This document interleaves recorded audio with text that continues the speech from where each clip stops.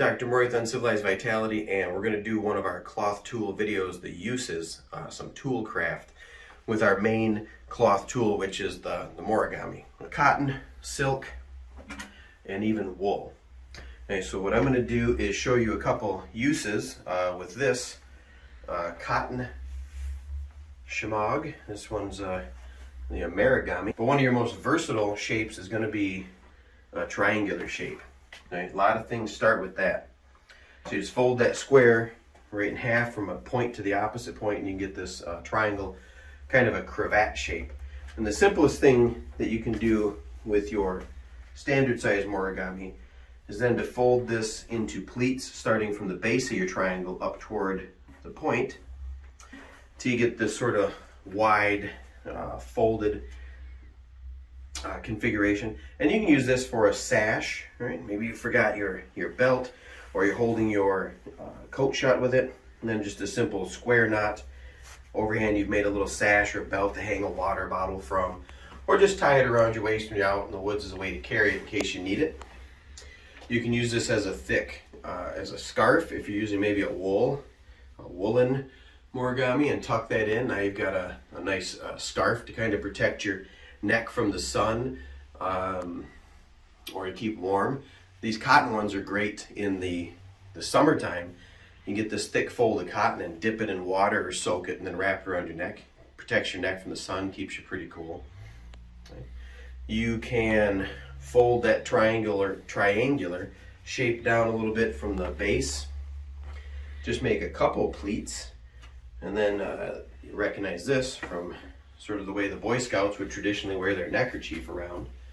You've got that. You can make a neck slide or a little piece of paracord, or just tie a simple knot again. Actually, I'm wearing our silk standard size with my Turtles uniform on today. Okay. And this can be used in lots of different ways. I can pull that off. I could use, again, this is Michigan, so we get more uses out of these protecting us from the cold than we do the heat. But I could use this as a dust mask to keep the dust out of my mouth and nose. I use it in the winter at camp, tied around to kind of keep my nose and mouth warm when it's really cold out, combined with a hat. I guess you could rob a stagecoach too, but typically don't do that. Another use of especially the silk, this is where we get the modern necktie from, is it used to be used a cravat or a silk neckerchief is to tie your collar shut. So you'd flip your collar up, and then you would tie the kerchief with a simple, well, not so simple. Sometimes the knots became more decorative, just a simple slip knot around that, and then I could draw this tight to kind of keep my collar closed. Did this a couple weeks ago when we were up north. Got down 20 something below zero at night, and I was putting on every scrap of cloth I had, and I would tie my collar shut like this. And then you could tie more decorative knots, and then over time these quite useful pieces of everyday kit became more and more ornamental, and you can start to recognize here the short tail and the long tail of the common necktie today. Neckties are basically useless, but these cravats or neckerchiefs you carried around could be used for lots of other things. For instance, let's say we're out in the sun, and if you don't have as much hair up top and the sun's getting a little hot, you can take in a triangular shape, put the point of the triangle down towards your neck, and then gather up these ends, the two sides of the triangle, and tie that in just a simple overhand knot in the back. And then you've made you've got a ready-made protection for your bald head from the top of the sun. Or if you're playing pirate, I guess. So you could do that. The silk's great for that. Doesn't really protect my ears.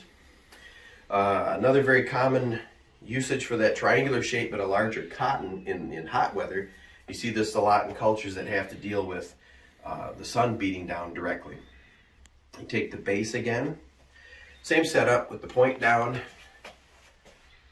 the center of my back.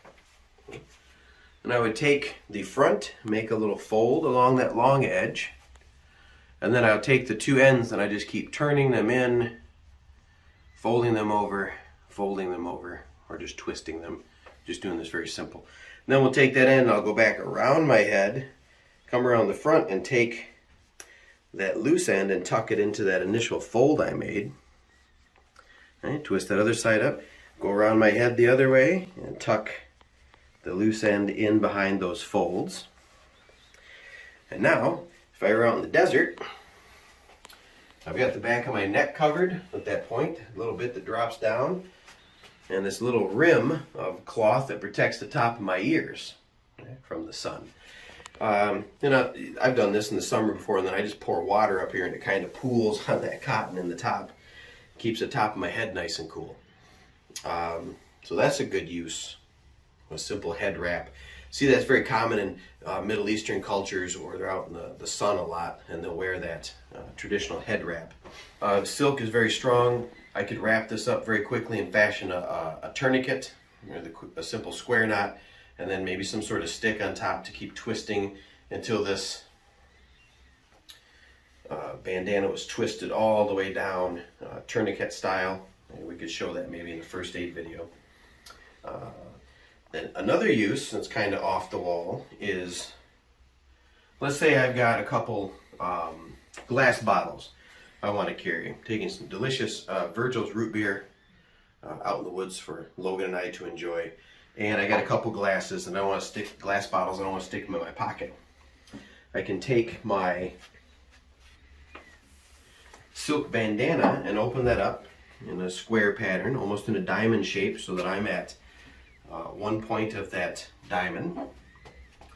I'll lay that bottle down across the center of the bandana in line with the other 2 points, and lay the other bottle down about the width of the bottle away from it. Flip the bandana over those two, roll those bottles up in the silk bandana until I've got this long tube.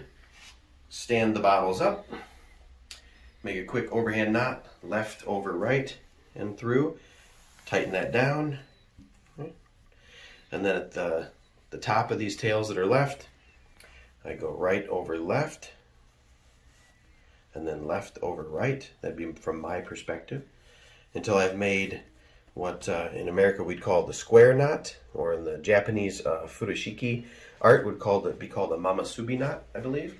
It's just simply a square knot. I know I've made a good square knot, but I've got these two bunny ears. They're running parallel with the arms that I've tied. If they were perpendicular, I've made a granny knot, and then it would fall apart. Now I've got a handy little bundle. I can carry my bottles and without them banging together and breaking. Let's say I had more to carry than just these bottles. So we'll go back to the full size, standard size cotton, and I can come to so here's the base of the triangle. I'll come to the end and come up about halfway up and make a simple overhand knot. Okay. And tuck that through. Just tie an overhand knot in the cloth, tighten it down a little bit. So we come over on the other side, do the same thing, about halfway up. Just tuck that through, make a simple overhand knot. Okay. Now find the two layers of the point, open those up, tuck those knots in there, flip that over and kind of shake that down. So you've got those knots down inside there, and you end up with this teardrop shaped bag, usually called a drop bag. And then at the top, we're just going to right over left with just the end, left over right, make another quick mamasubi knot. And now I've got a quick little drop bag. So I'm going to take my Moreygami, make that triangular shape again, kind of shake that out because this has a lot of uses. And I'm going to go to the point this time, and I'll need one more. Maybe I've got just a simple pocket size. So we'll grab this pocket size cotton bandana and make a triangle with it. And then starting at the base, make about 1-inch pleats and just fold this over until I've made a little cotton strap with that, like we saw earlier as like a belt or a sash. Now I'm going to find the two pieces at the tip of this triangle of the larger one. I'm going to make a simple overhand knot. Get a little bit of the tails. Okay? Lay my bandana across that knot, and then on top of that bandana I'm going to tie a quick square knot. So right over left, and then left over right, until I've got a square knot seated on top of that pocket bandana. Now I'm going to come to the other one end and the corner of the triangle that's left over. And then taking these two pieces of cloth, the end of that right small and that bottom corner of what was once my triangle, and I'll tie. There's a variety of knots you can use here, but let's just stick with the square knot because it's the one that we've shown you. Tie a square knot. Repeat that process on the other side. And now what you've done is you've formed a backpack with two shoulder straps. Each arm goes through here. This will rest on your back. Okay?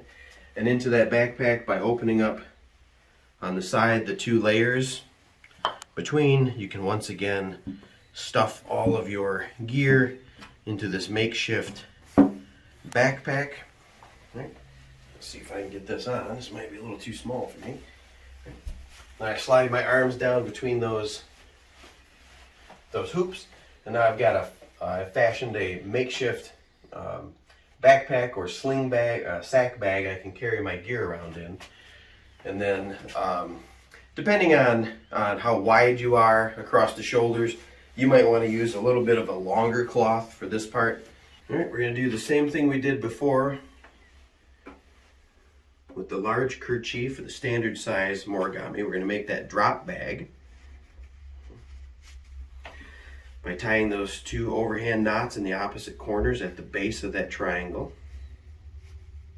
And then we're going to turn that inside out, tuck the knots in, and shake that down so you get that drop bag. Now this time, if I were to tie this together at the top, and I've got that little drop bag for my fruit and things, there's no way I'm getting this over my shoulder and head.